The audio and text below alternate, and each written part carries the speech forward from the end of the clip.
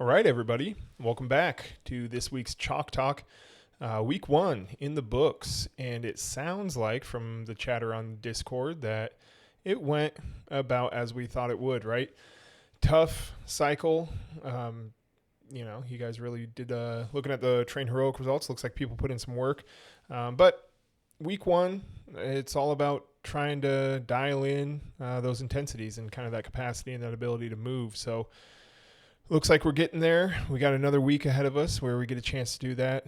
A little bit different, little shift this week. If you look, the days have swapped just a little bit. So we're starting our week off with a high-low instead of doing like a reprieve we did this week. But have no fear. We're still getting all 3 reprieve, reckon, and respite days in. But yeah, as far as my thoughts on this week, it looked good. Looks like people are kind of coming around. So let's dive into what to expect from this upcoming week. And we're going to talk a little bit about kind of the mental resilience that comes with this. So like I said, starting Monday off with a high-low, this should feel pretty good, assuming that your weekend went well. If you are coming into this refreshed, regenerated, rejuvenated, all that good stuff, then you got 36 minutes with a handful of sprints in between there. Remember, the real goal of these days, the main purpose of these days is not so much the high output on the sprints, though we do want that to happen. The main goal is what comes after the sprints, that little span of your endurance pace, trying to get right back to it or as quickly as possible, and then maintaining it, right? Not dipping too low, not trending too high, right? Just sitting right at that endurance pace. Breathing, trying to control your heart rate, trying to control your movement. The weather is nice, so maybe you guys are out there running. If you're running on these, try and check to see if you're holding any tension in your shoulders. Drop those shoulders back down. If you're on the bike or on any other erg, looking for smooth, controlled movements during that endurance pace. Again, not so much just physical, but kind of the mental side of it is this is your endurance pace. This should be a relatively easy pace, even though during workout you might feel a little fatigued. But that easy should be a mentality that you take into it, right? You shouldn't be working hard, meaning you shouldn't be tense, shouldn't be tight, trying to make movements occur during those endurance pieces. Obviously during the sprints, maximal output, tension, stress, all of that kind of stuff will occur for those 7 seconds, but then we were trying to turn it off as soon as we're done with those. So Monday, we've seen it before. I think it'll be good. 36 minutes. Again, we like to get as much of it in as possible. If you do have to cut that one short, though, just go ahead and do the 6, 12, 18, and 24-minute sprints and then ride it out to 30 minutes, but you can drop that last one if you're really bound to that half-hour time frame. That should still be a good stimulus. But if you can, we want to get it all in. From there, you're going to roll into your reprieve day. So a little fatigue maybe because it is Tuesday. So you might have whatever happened throughout the beginning of the week. The Monday routine might have you down a little bit. But the nice thing, if there is such a thing with these, is it's only 45 seconds. So that's something, right? 10 rounds, 45 seconds. So, what is that? Less than, like 8 minutes of work. So this is your chance, though, if you struggled this last week to kind of dial it in, dial a push. It's a little bit different time domain, but the concept should still be there where we want to push your maximal effort average, right? So the first one shouldn't be out the gates like a bat out of hell, but we should be able to maintain the highest possible output across the 10 intervals. You got that minute and 15 rest. So again, we're resting longer than we're working. I think I mentioned last week, but if not, I'll mention it again. There's no shame, even if David or Adam in the Discord chirp about it. There's no shame in coming off the erg or wherever you are, getting horizontal on the ground for those first few seconds, try and get your heart rate back down. That's just using your body's physiology to its own benefit. Trying to get control of our breathing. Remember, we talked about big inhale through the nose, big exhale out the mouth for 4 or 5 breath cycles to try and drive it down, and then try and kick it over to just nasal breathing. But yeah, 45 seconds is that tricky domain. We felt a lot of that last cycle. Those of you who've been around for a while, you've messed with 45 seconds for a while. It's tricky because it's kind of at this inflection point where we start to shift energy systems during the bout, and so it can be a little funky for some people. But we got 10 of them. Again, the idea here, trying to maintain maximum output averaged across. So we don't want to see too much flux in either the calories or the meters or whatever wattages you're measuring for your outcomes there. Want to try and maintain a high output across all 10. And then note the average, so then we can use it later this week during our Reprieve, our Respite session. From Tuesday, we're rolling into the Reckon Day. Reckon, I didn't hear much chatter about it this week, so I feel like maybe it didn't go too poorly, or that's poor framing on my part. Maybe it wasn't too much of a struggle, right? Maybe we were able to get it, and I hope that's the case.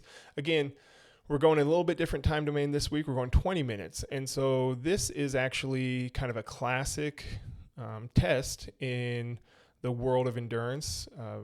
You may have heard the terms functional threshold power, or FTP.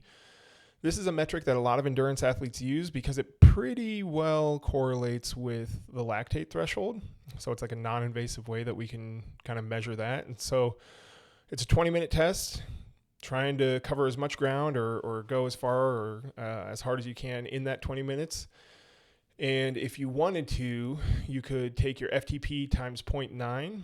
So whatever your average watts are, typically in the endurance world, they're measuring watts when they do this. Whatever your average watts during this 20 minutes is, you can multiply that by 0.9. And that's typically during training where they prescribe FTP-based training. That's what they go off of. And so that's kind of your lactate threshold. It's another metric, kind of like the critical power, critical velocity threshold that I subscribe to with this training model.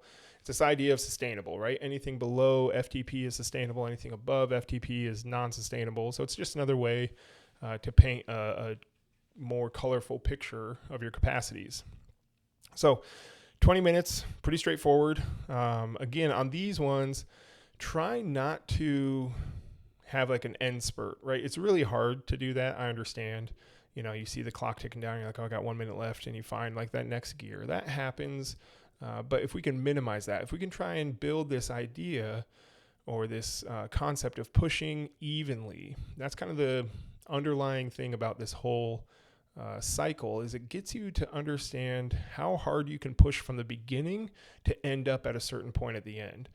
A lot of times, people who are new to conditioning specific training programs don't have that gauge built in, right? They don't have enough context. They don't have enough historical context to build that for themselves.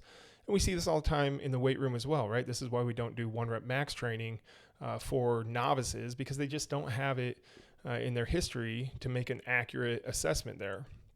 But as this cycle goes on, that's kind of the goal, is that you're able to hit these different time domains where we're asking you to maintain kind of maximal average output throughout this time domain, that you build this kind of contextual library in your head of, oh, this is the time domain, so I can kind of push this hard. I can give this level of effort, and I know that I should be able to hang throughout.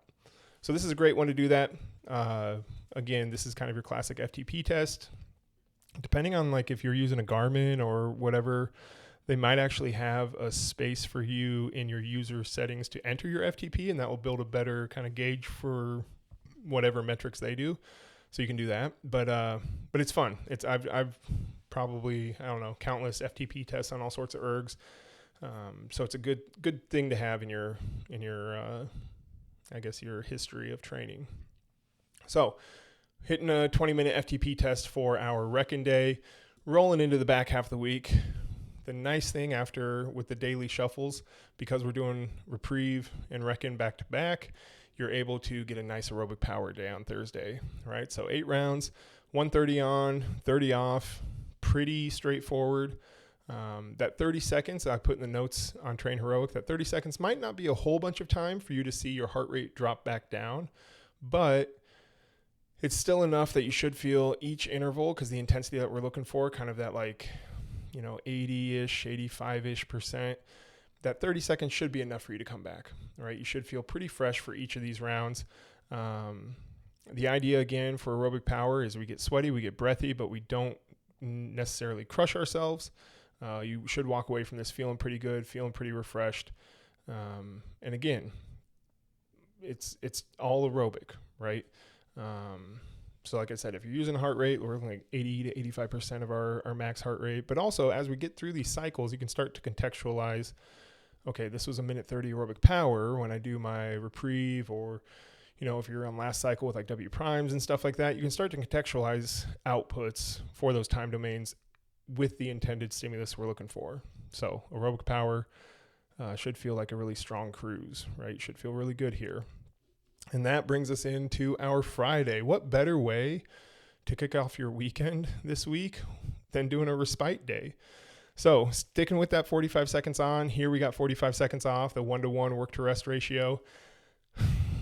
We'll see how it goes, Again, thinking about how these days are set up. Don't get frustrated if you fail, because we are kind of failure by design here, because what we're trying to do is fully deplete a system. We're trying to take you to empty the tank.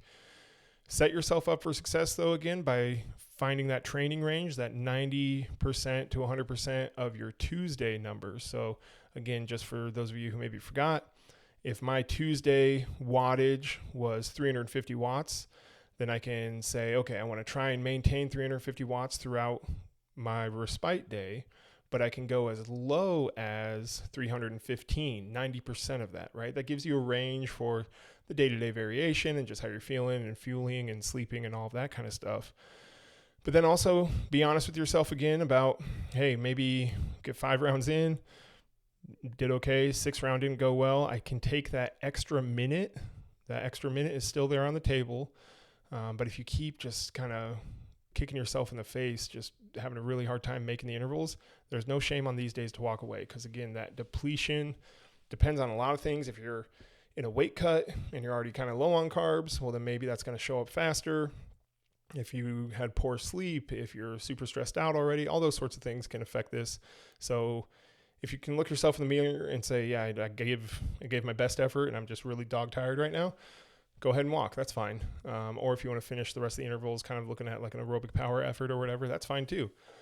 The goal with all training, right? I actually, I've started putting stuff on Threads. I'm trying to see what that social media platform's all about. And I put something on there about not chasing soreness, and got some chirp back from some folks. But the idea of chasing soreness or using that as like a marker of performance, like, oh, I did really well today because I'm so sore. It kind of sucks, because like training, especially with conditioning or strength, or really any kind of training, consistency is the most important factor. So if you burn yourself up and you're like too sore or too wiped to train well the next day, like that's kind of a bummer, right?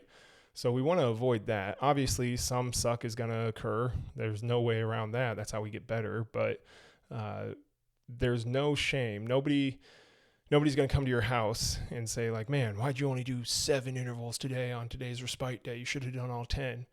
It's cool, man. Like, you know yourself the best. But this is what I want to kind of dovetail into the mental resilience, because this is where it gets tricky. I say all of that because I do mean all of that. If you're too wiped and you need to walk away, right? That's okay, because in the long term, that's going to be better. But as you maybe felt this last week, and I felt this plenty of times on the ergs as well, there's this point where your body is kind of towing the line. Your legs, or if you're on the bike or whatever, we're going to say we're on the bike. There's this point where like your legs are burning, but it's a burn that isn't so intense that you're like cramping or anything like that. But what happens is a voice comes into your head and you start to question things. The voice doesn't even have to say like, hey, hang it up. But the voice is just a voice of question, whether it's, oh, can I make this interval? Oh, am I going too hard? But it essentially inserts doubt. This is why I love conditioning so much, because the conditioning side of things is where you can really learn to grapple with those questions and kind of learn how much volume you give to that voice. Because that voice is necessary sometimes. Again, if you're dragging on it and you need to actually walk away, that voice is the voice that says like, hey man, maybe not today. But that voice is also going to show up as kind of a protective mechanism. Our bodies are super resilient, but our bodies also, or at least our mind, doesn't want our body to have to test its resiliency all the time. So that voice will creep in and it'll just make you question something. Maybe you finished the interval and you made the numbers, and the question that voice is asking is, oh, can we make this next one, right? So what I want you guys to do this week is try and really find that voice. Find when that voice shows up and be present with it. I think a lot of times when things get tough, we tend to disassociate. We try to find somewhere to escape, right? The real gain is when you can stay 100% present and that voice is still barking questions at you, and you can just kind of override it, right? You can not ignore it. You hear it the whole time, but you carry on doing what you can do. I think that's unique to conditioning, because if we do the same thing in strength, right, happens all the time too. We're under a heavy back squat. It's like, oh, I got a set of 6 heavy back squats, right? And the first 3, it's like, okay, I can do this. Number 4, it's like, oh my gosh, number 5, ooh, it's pretty heavy. And you start to doubt number 6.